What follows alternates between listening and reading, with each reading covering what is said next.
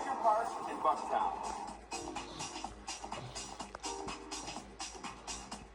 It's mod mixed with nostalgic. It's hip mixed with history. That's the feeling you get when you visit these two neighboring communities on Chicago's near northwest side, Bucktown and Wicker Park. Lots of bookstores, music stores. This is a great place to hang out, and the blue line comes straight there, which is nice. That's where we met up with our Chicago greeter, Jennifer Gordon. Ready to show me around? Let's go.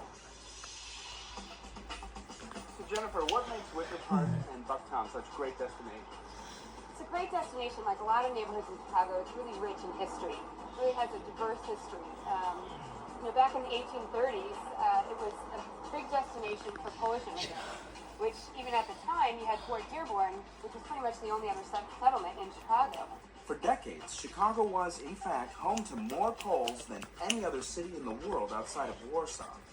Their contributions to Chicago's culture and history have certainly been felt. And celebrated here at the Polish Museum of America. The museum is probably the oldest and largest ethnic museum in the United States. It was established in 1935, opened up in 1937, as a repository of the Polish and Polish-American experience here in the United States. Here, you'll find a tribute to Polish life reflected in its collection of native dress, ceramics, historical artifacts, and art. Perhaps the most famous Pole in Chicago history, Casimir Pulaski, honored in this historic painting. The painting depicts the moment when Pulaski was wounded at the Battle of Savannah. So when the American Revolution broke out, Pulaski came over to instruct the Americans in the use of cavalry. The museum also celebrates the lives of other famous Poles, like Pope John Paul II and one-time Polish President Lech Walesa. Stop in and take a look around. And talk about history. This is where you'll find the oldest Catholic parish in the city of Chicago, St. Stanislaus Kostka Church. The parish opened in 1867, and its current structure, the second one built, was modeled after a church in Krakow, Poland. By 1897, St. Stanislaus Kostka was the largest parish in the country, if not the world. Today, it remains a sight to behold. The history of Wicker Park and Bucktown doesn't end there. Like so many Chicago neighborhoods, they've gone through many transformations. Throughout the early 1900s, you had a lot of Poles and Germans and Scandinavians. After that, you had a lot of Puerto Ricans, other Hispanic communities as well, and now you have a very hip, happening neighborhood. Very hip, very happening, and very popular. There's countless bars and live music venues. In fact, one famous band, the Smashing Pumpkins, got its start right here at the Double Door. If you're an artist, this community is your canvas. Artists have lived and worked in Wicker Park and Bucktown for decades. The famous Flatiron Building at the corner of Milwaukee, North Avenue, and Damon is home to many of them.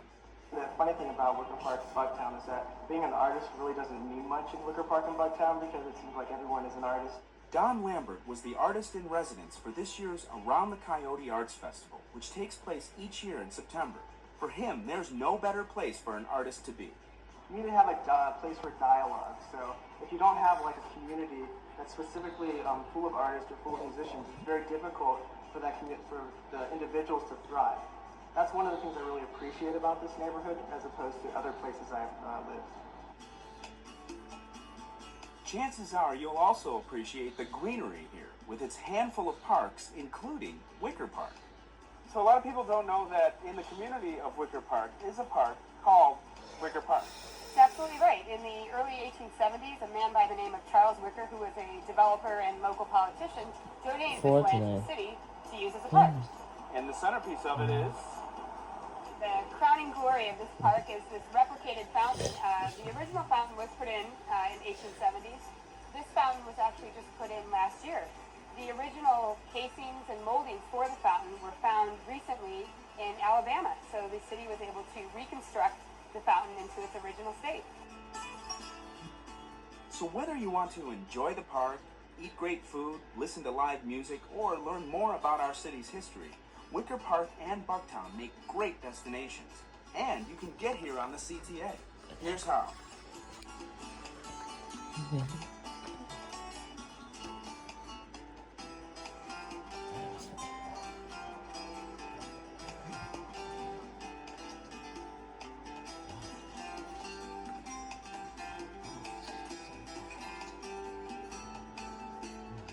Remember, you can explore Chicagoland on the CTA.